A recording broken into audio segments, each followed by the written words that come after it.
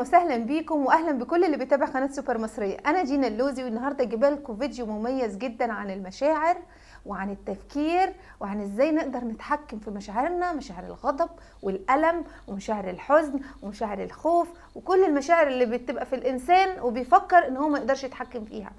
الحقيقه انا ناويه اعمل لكم سلسله فيديوهات عن ازاي ايه هي المشاعر دي وازاي نقدر نتحكم فيها وازاي نكون افضل واهدى واروق واحسن ونقدر نتعامل مع الحياه بحب وبسلاسه.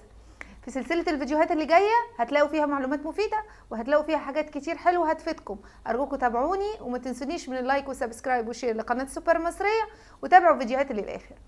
النهارده انا ناويه اتكلم معاكم ايه اللي بيخلينا نغضب وايه اللي بيخلينا نخاف وايه اللي بيخلينا ان احنا نحس بالفشل او ايه اللي بيخلينا نحس ما عندناش ثقه في نفسنا او ايه اللي بيخلينا نحس ان احنا دايما مترددين وقلقانين وخايفين وما بنعرفش ناخد قرارات سليمه.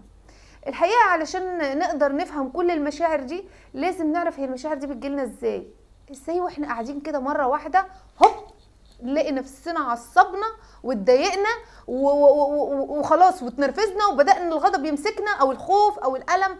ازاي بيجي من ايه؟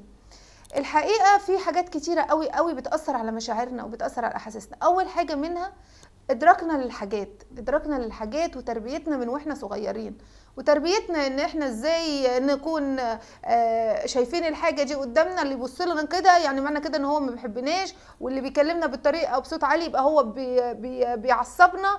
وده ادراكنا للحاجات البسيطه اللي هي بيننا وبين تعاملاتنا مع الناس. فاحنا خلاص حطينا في دماغنا اللي هيعاملنا بالطريقه دي يبقى لازم ردة فعلنا تكون بالطريقه دي. وكمان في حاجه تانية، في حاجه اسمها الافكار، ثوتس. الافكار انت بتبقى ساعات قاعد وهوب بتجيلك فكره، مثلا يجيلك فكره انك هتموت مثلا، فاللي يحصل ايه؟ بيجيلك الفكره ولانها فكره سلبيه ولان معظم الوقت الافكار السلبيه هي اللي بتقعد اطول فتره ممكنه فينا وفي تفكيرنا، بنبدا نركز على الفكره. فجت لنا فكره الموت، نبدا نركز على فكره الموت وان احنا هنموت. فنبدا نحس بايه؟ نبدا نحس ان ضربات قلبنا بتزيد، ايدينا بتعرق، نبدا نحس ان احنا مش قادرين ناخد نفسنا بقى بطيء، نبدا نحس ان احنا خلاص هنموت في ثانيتها دلوقتي، نبدا ندرك ان التلفزيون جايب عن الاموات وجايب عن ان حد مات وحادثه، او نبدا نشوف في الفيسبوك انه فلان توفى وفلان توفى وفلان توفى. وكل الادراكات دي هتلاقيها لاحقه لمجرد الفكره اللي جاتلك، فكره الموت، وهتلاقيها محوطاك من كل الجوانب ان انت مش شايف ان الا ان الموت حواليك في كل حته وفي كل حال، وانه هيحصل لك سواء بحادثه عربيه او سواء ان حد هيحصل او حد بتحبه هيحصل له حاجه. فكل الكلام ده جه في فكره.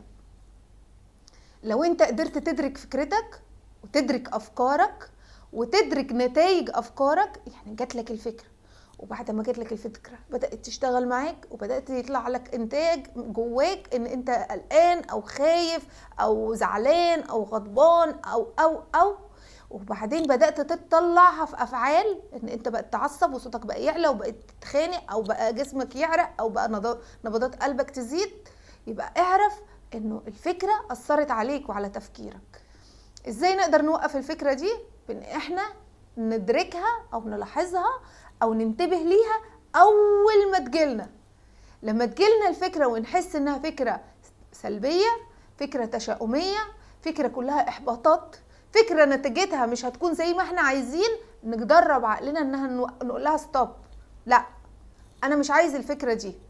ومش معنى كده انها هتقف من اول مره، الحكايه دي محتاجه تدريب، محتاجه ان انت توعى افكارك وتركز افعالك بتكون ازاي بعد الفكره، وبعد كده تحاول تحجمها وتقللها وتصغرها وتخليها في حجمها، ما تديهاش اكبر من حجمها. دي الافكار دي بتجيلنا سواء افكار عن الخوف او سواء افكار عن الالم، سواء افكار عن التشاؤم، سواء افكار عن الفشل، سواء افكار عن فقدان العزيز او الناس اللي احنا بنحبهم. كل حاجه مرتبطه بيك كانسان بتيجي من مجرد فكره.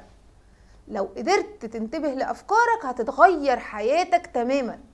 علشان كده انا بقول انه قبل ما نخش في سلسله المشاعر وازاي نتحكم في مشاعرنا وازاي نتحكم في طريقه تفاعلنا مع المشاعر بتاعتنا، لازم ننتبه وندرك ونخلي بالنا كويس جدا من افكارنا، وتخلي بالنا ان فكرتنا نتيجتها ايه.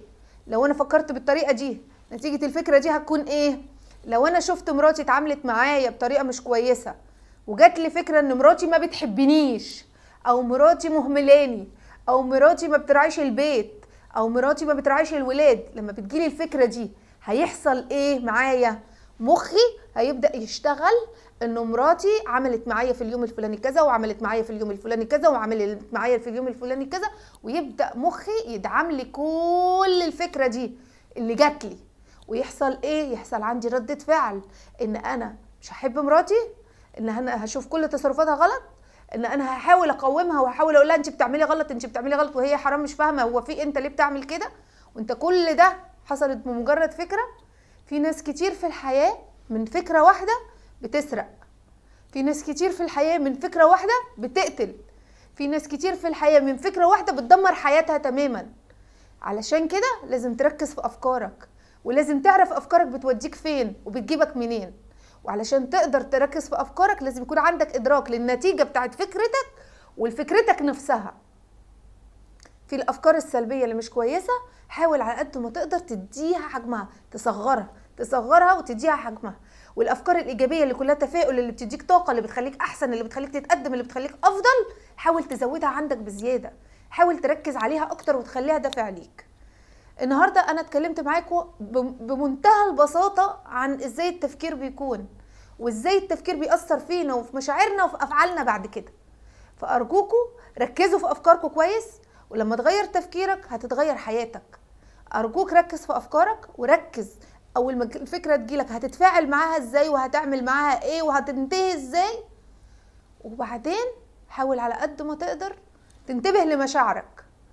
في المشاعر انا عامله سلسله فيديوهات ان شاء الله هنزلها على صفحه بتاعه تنميه بشريه، علشان خاطر تتابعوها وتشوفوها وتنتبهوا لمشاعركم ولاحاسيسكم، وازاي تعرفوا تعملوا لها كنترول وتدربوها انكم تعيشوا حياتكم افضل. ارجوكم ما تنسونيش من السبسكرايب والشير واللايك لقناه سوبر مصريه، وتابعوني في فيديوهاتي كتير، ويا رب ان شاء الله يكون الفيديو عجبكم. ما تنسوش تتابعوني في سلسله الفيديوهات، وانا بشكركم كتير على حسن المتابعه. شكرا لكم. دينا اللوزي.